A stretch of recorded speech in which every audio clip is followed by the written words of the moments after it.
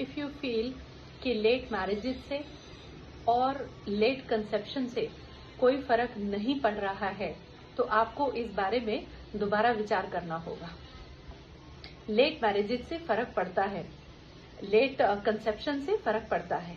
Late conception से fertility rate आपका कम होता चला जाता है, स्पेशली इन वुमेन आफ्टर 30 साल के बाद होने वाली प्रेगनेंसीज में। एक तो प्रेगनेंसी होना मुश्किल होता है, दूसरा होते भी हैं तो वो लेट होती हैं, तीसरा होने के बाद भी क्रोमोसोमल डिफेक्ट्स, बेबीज में क्रोमोसोमल डिफेक्ट्स होने के चांसेस बढ़ जाते हैं, मैटरनल कॉम्प्लिकेशंस बढ़ जाती हैं, बहुत सारी प्रॉब्लम्स आती हैं जैसे जैसे एज बढ़ती चली जाती है। और मिड 30s तक जाते जाते कि हम 30 में पहले शादी करेंगे और 35 तक हम अपना बेबी प्लान करेंगे, मिड 30 तक जाते जाते फर्टिलिटी रेट और कम होता चला जाता है। लेडीज का AMH लेवल बढ़ती हुई एज के साथ साथ कम होता चला जाता है, और मेल्स में भी फर्टिलिटी रेट जो है वो डिक्रीज होता है बढ़ती हुई एज के साथ। अगर आपका पार्टनर 40 और 45 प्लस तक चले गए हैं तो उसमें भी फर्टिलिटी में और कंसीव करने में आपको आने वाले टाइम में प्रॉब्लम्स आने वाली हैं।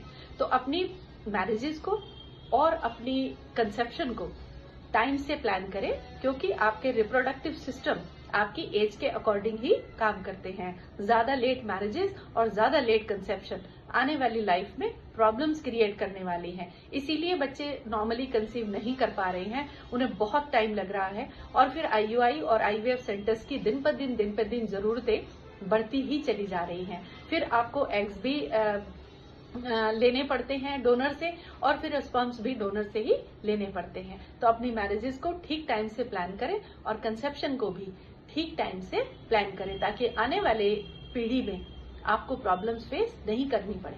आप समझ सकते हैं नॉर्मल बच्चों की अपब्रिंगिंग में हमें कितनी प्रॉब्लम्स आती हैं, और भगवान न करे अगर बच्चे में कोई क्रोमोसोमल डिफेक्ट्स आते हैं या जेनेटिक डिफेक्ट्स आते हैं या कुछ और तरह की प्रॉब्लम्स आती है, तो then the life will become hello.